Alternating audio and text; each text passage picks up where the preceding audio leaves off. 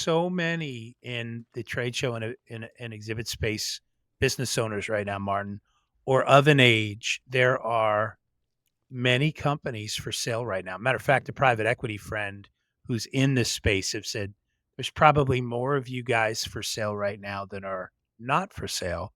And again, we all got in about the same time. So there's a lot of mid 60s into early 70s owners.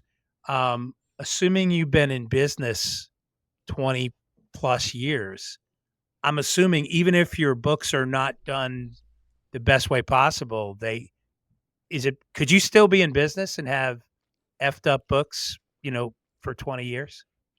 Or would that have already killed you? I'm just going to say no way. Okay. So I mean, if you have a pickup truck yeah, and a hammer and one guy and your books are your bank account, yeah. okay. No, But no, if no. you have Yeah, if you're any legitimate, sort of complexity, yeah.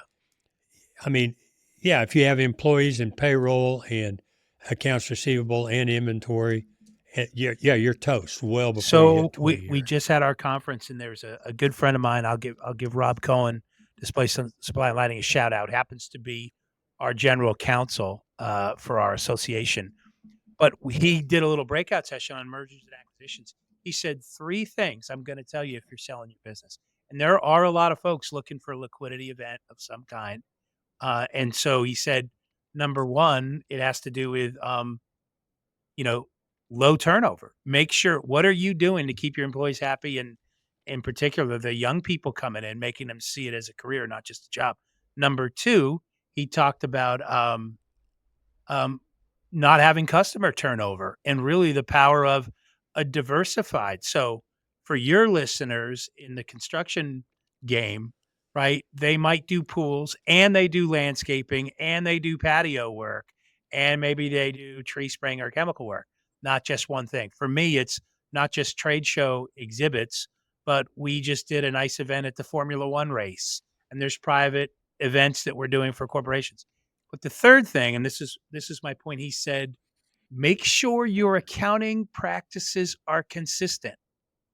And he said, I'm not saying, he goes, are you a gap accounting? I said, I like to think we are. And he goes, my point is, even if you're not, don't go change and become one because in 3 years you want to sell your business.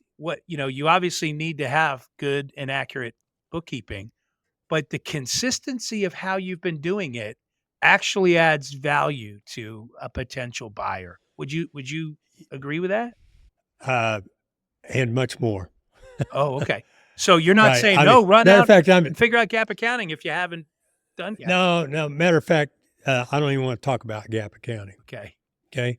I mean, that's where what makes it so hard. It's not that hard. Yeah. It's not that hard for us. Let an accountant know about gap accounting. Okay. Matter of fact, if they have a lot of people interested, this is another subject, and we should talk about it because it's a blast. And I got people pursuing liquidity events right now. I've been through 4 myself. Had a client go through last year. It's a fun thing to talk about. It's interesting. Oh, it is interesting. fascinating. I'd love to have you Uh, back, or we should do a mutual show for you and I. Like the thing, maybe we could do it on ours. Yeah. no, that would Or be do it both. well. And what No, what it's affects really, really multipliers and that kind of thing, right? well.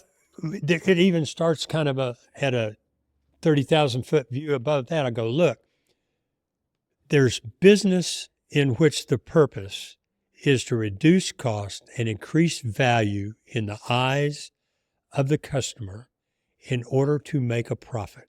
That's what most of us do. Okay. You get over to private equity, and these guys are using financial metrics to increase the value of the company. And we start getting into the details of how they do that. You just sit there with your jaw down going, are you kidding me? And I have a little chapter in my book. It's probably didn't even belong in this book, but it talks about that, about how you build value. So you're making profit. It's kind of like real estate where you're buying a house and it's appreciating, but if it's cash flowing, you're making money as you go along.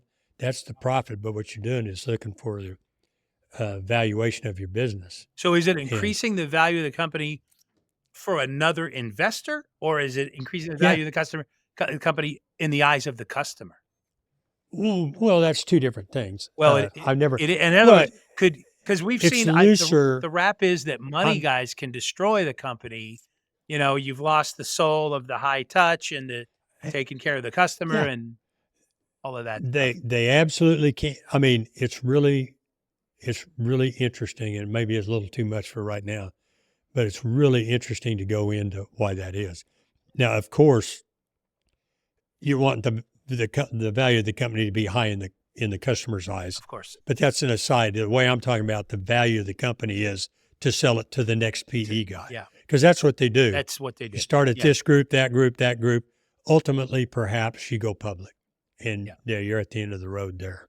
So Yeah. There's there are other things. there's a tremendous amount of that activity in our lane.